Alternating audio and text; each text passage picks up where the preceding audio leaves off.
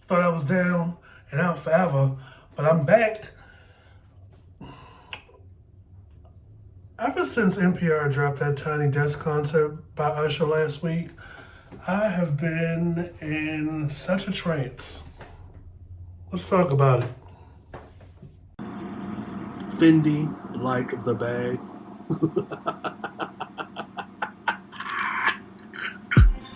This is the I Refuse podcast. This is Mr. Fox, the I Refuse podcast. I'm back with another new episode. I think it's time we have that conversation. The fact is, Usher is the last male pop superstar. And that Tiny Desk concert that came out last week solidifies that.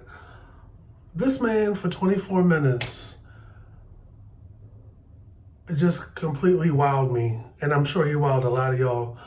Like, besides the fact that this man understands the basics when it comes to not only sustaining your voice and your range, but also aging gracefully and vocally maturing and being able to diversify your sound and the approach to your music.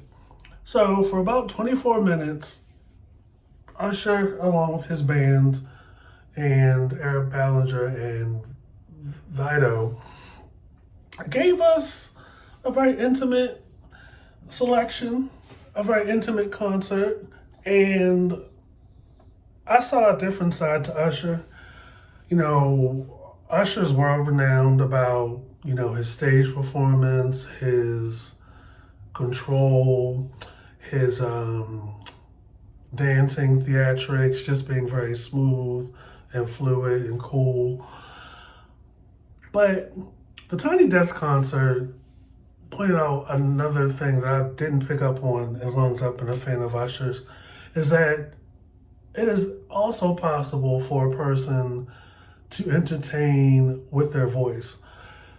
With the Tiny Desk concert, we were able to pinpoint or focus solely on vocals, and with the minimalist approach from his band, Usher's voice was at the forefront of the Tiny Desk concert. And with that, I was able to appreciate him more as a vocalist. I've never seen Usher live, like personally. I've seen some award shows. I've seen like little snippets here and there. And I know for sure he was killing it in Las Vegas for his 12 shows as part of his residency. But this Tiny Desk concert, like, not only did we get to see how much Usher has grown, but also see the different ways you can entertain and move a crowd with just your voice. And along the way, cool, engaging with the audience, even flirting a little bit, being very charming and funny and everything, and even allowing his background singers to have their moment, especially Eric Ballinger, who I've listened to a couple of his songs, but I've never seen Eric Ballinger live. But I know the name. And I know he's written a couple of hits for Usher. So for about 24 minutes, Usher essentially goes across his catalog with the exception of his debut album. And he starts off the Tiny Desk concert with a few of my favorites. I really didn't give that much attention to My Way, the album, back in the day. Although Nice and Slow is one of my favorite Usher songs, it's probably one of my favorite songs ever. He started the Tiny Desk concert with the title cut.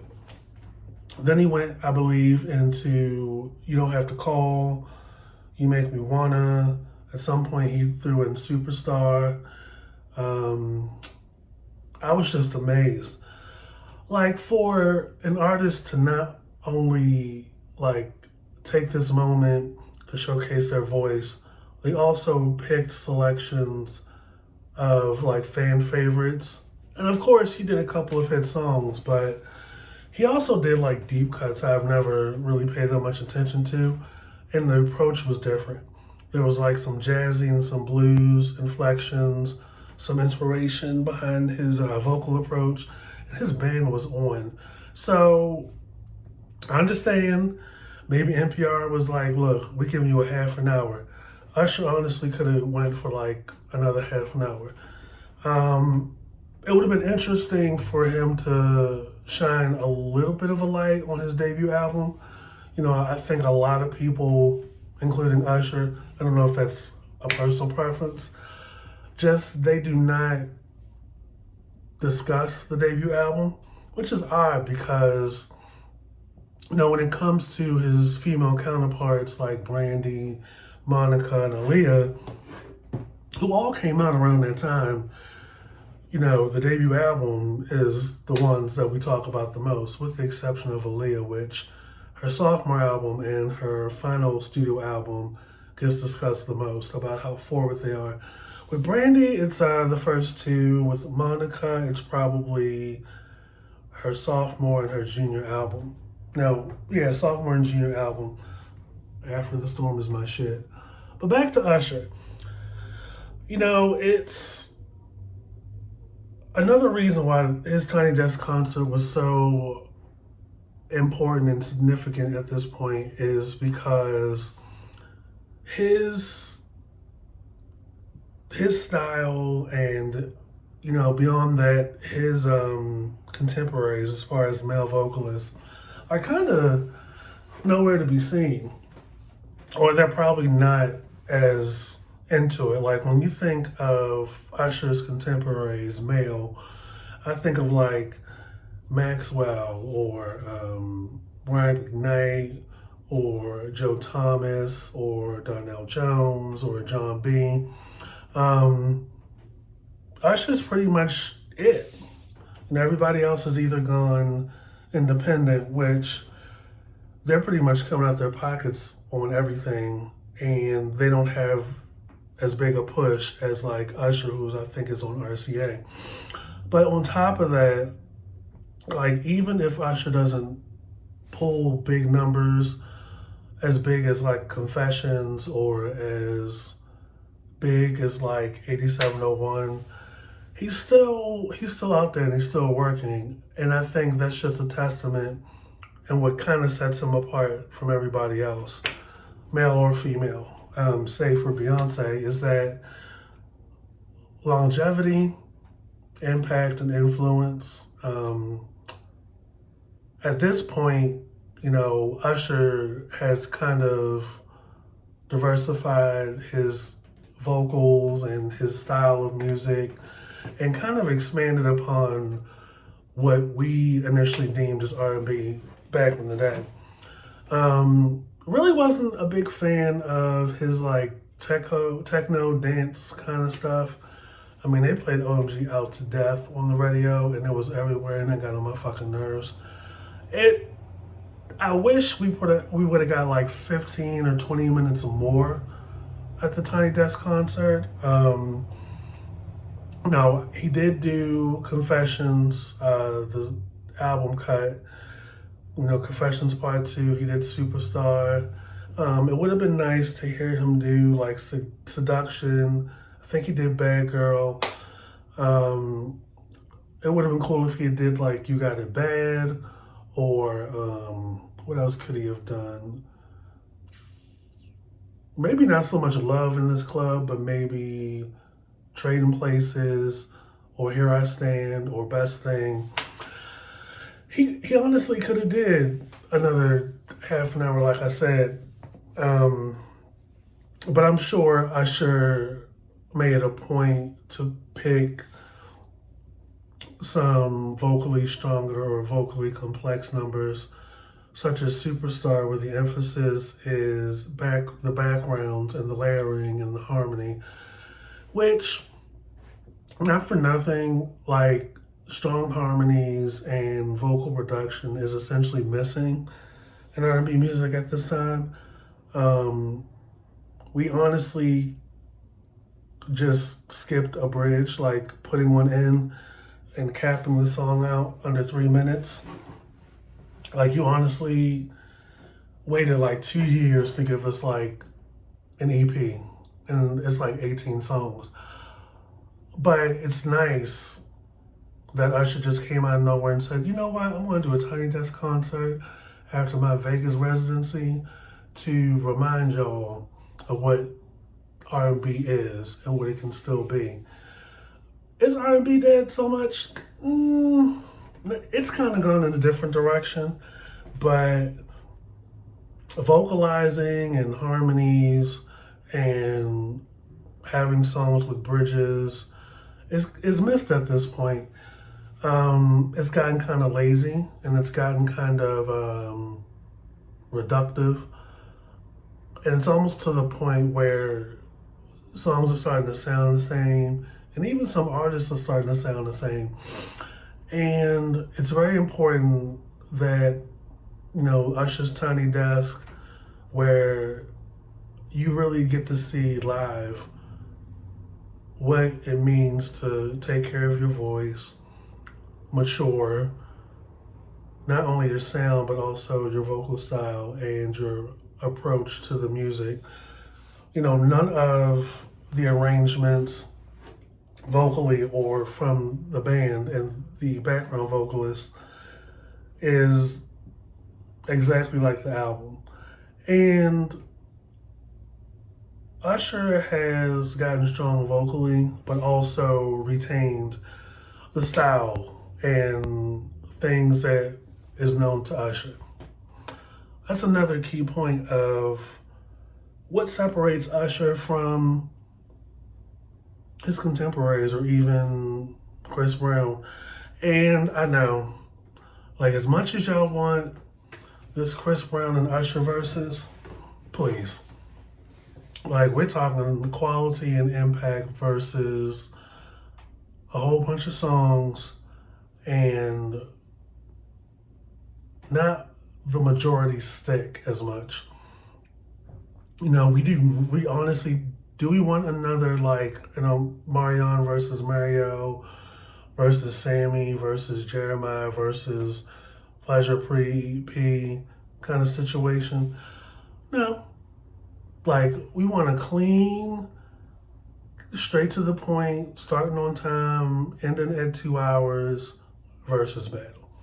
Now, if you want to bring it to the arena or the stage and do some stuff, that's fine. But Usher has many things stacked in his favor, while CB,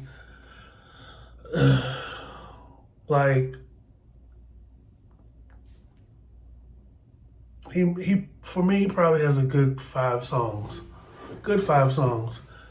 10 albums in, just doing a whole lot of all these songs and 100 and 150 songs. It's like, we really don't need all that. And it's like, honestly, less is more. Usher comes from a generation where people actually took their time.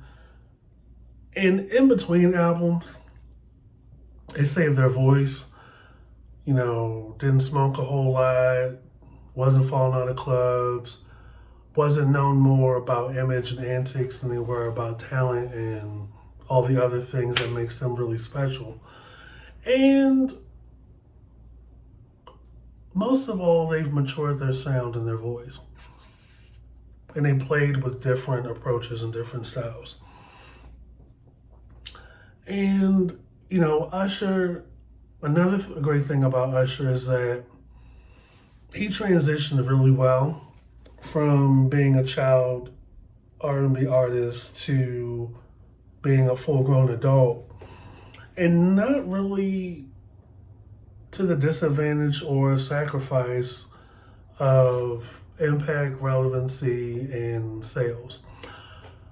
There probably was a little itchy period, a little dark period post Confessions where it was like, You know, a lot of women in their thirst essentially turned their backs on Usher. And not for nothing, it just was not a good, it was not a good storm for him. Like separating from his mom and his manager in favor for his older wife. Here I Stand, was it? It was a decent album. A follow up to Confessions could have been stronger, but who can say that they have a diamond album to their credit that isn't a group? A lot of people can't say that. But still, it's like this is pre social media, which I think is another thing. Like, y'all are doing a whole lot this generation on social media. It kind of takes away from the anticipation and the suspense leading up to singles and albums. And on top of that, a lot of social media apps get a snippet of a song and people remember that part of the song more than they remember the rest of the song when the song actually comes out. It's not exciting anymore. And y'all dropping albums like every 6 months, like new iPhones. And shit just don't be hitting like it used to. I think it's like an oversaturation of the market. Like the industry has gotten greedy and they're showing out a whole bunch of indistinguishable, undistinctive acts. And the performances be dry. The songs don't be hitting. It's like at this point you need a sample to get some attention. And I don't know what else to tell you, man, but I'm glad Usher did a Tiny Desk concert. I didn't have much advance notice about it, but when I found out, oh, I was on that sucker like gangbusters. And I felt it was time we had this conversation about Usher. I've been thinking about it. I was like, who else? Maybe like last year when we had the conversation about Beyonce being the last female superstar of this generation, where I was just like, who would be her male counterpart? And I'm like, duh, Usher. Like, it's right on the money. Y'all, a lot of people on the streaming platform probably balked at the idea that I had Mixed Nuts 8 about Usher versus Beyonce. But y'all will be eating crow soon. I best believe that's probably going to be I think once this Renaissance era ends, that'll probably be the next one to look out for. Usher versus CB, that's quality versus quantity. And the downside of having so much material is that, A, a lot of us out here probably won't know what the fuck you're playing because you've given us too much as it is. And what if it's like the wrong song?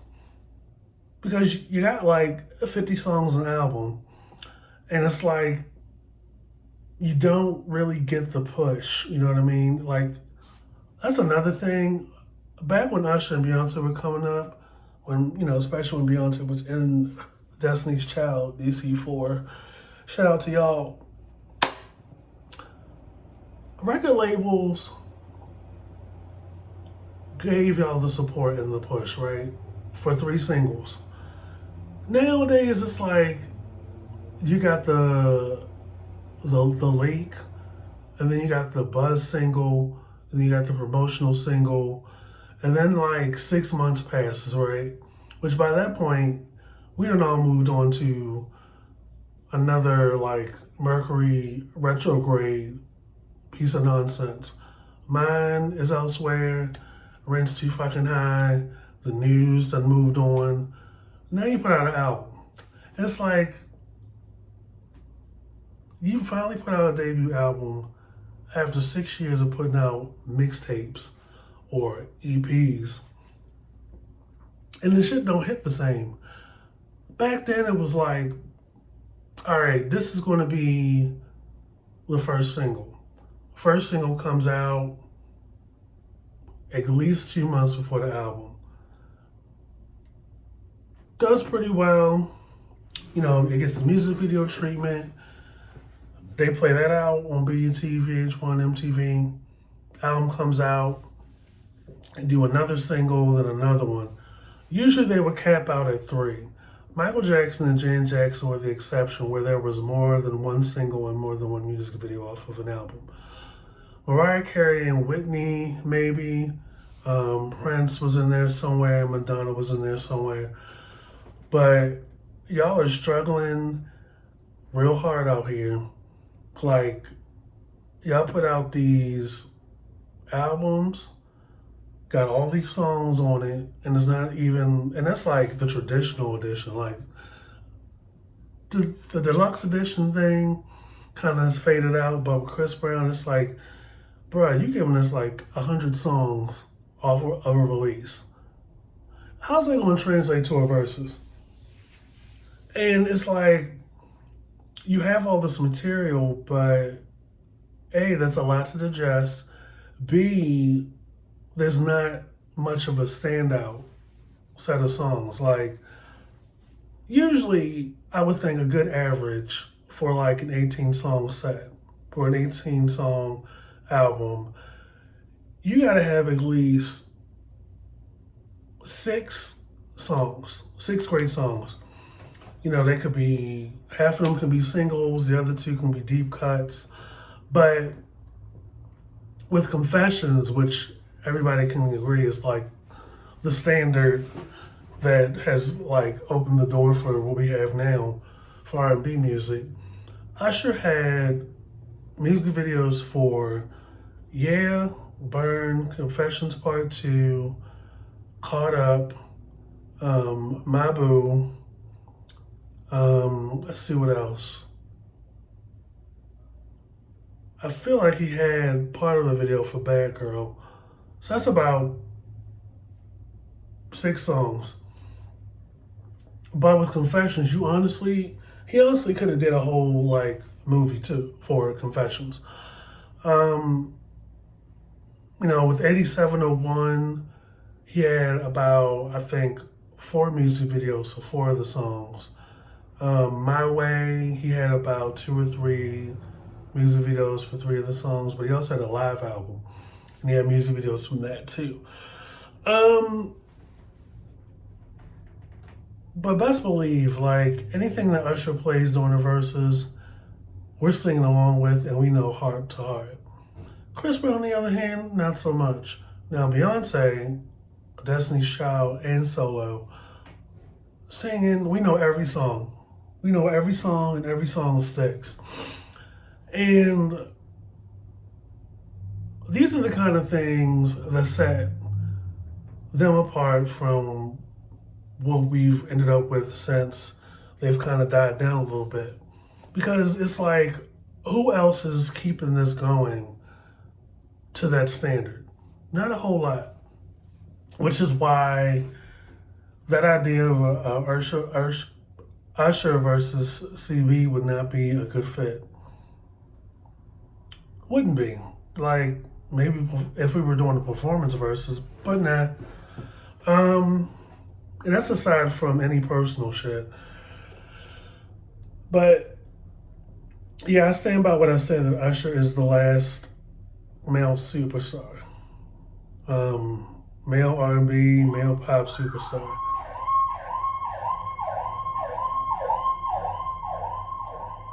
Look at him. So, this is Mr. Fox, the Irish Views Podcast. Be sure to follow and subscribe to wherever you see the Irish Views Podcast with my face. We're on Twitter and Instagram. We also uploaded a new episode this morning to the 8 streaming platforms, where we did a little bit of a review of Usher's Tiny Desk and why it's so important. And we also talked about the Brittany Griner situation in Russia. I may do a second part about Usher and why he continues to be buddy-buddy with L.A. Reid, given L.A. Reid's history, even gifting that man a sports car for his birthday. All I'm going to say is I hope Usher kept the receipt.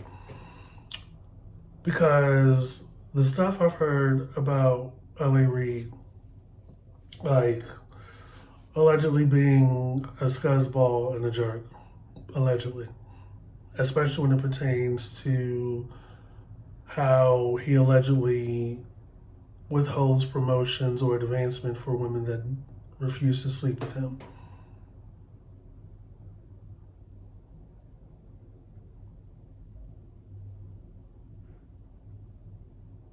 So yeah, that's what I got. Ain't got no more. In case y'all are wondering why it's so damn hot outside, it's because we are making Swiss cheese out of the ozone layer. Roughly, 700,000 square feet hole in the ozone layer over one of the oceans? That's why it's so goddamn hot. That's why it feels like the sun is getting closer, because technically it is, as the earth is slowly drowning into its own ocean.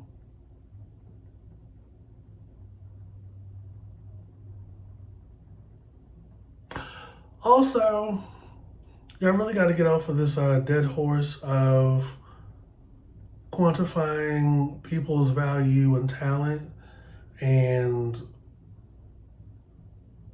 whatever else you want to argue about because their opinion differs from yours.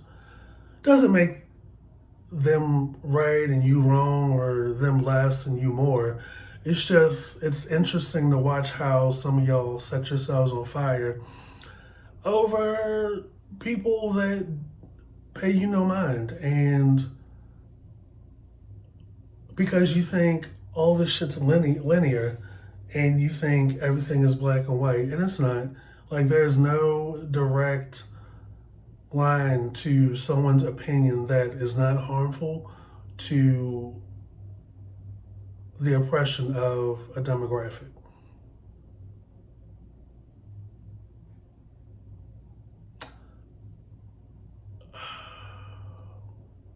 Hey, Macy Gray. This is Mr. Fox, the I Refuse podcast. Follow, subscribe, like I said. We're going to wind down the streaming platform. Season 3 finale is coming up soon.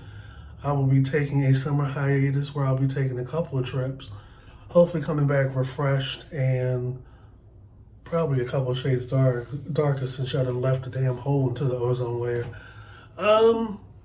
Stay hydrated, mind your business, keep your eyes on your own paper. And we'll catch you guys later. Peace.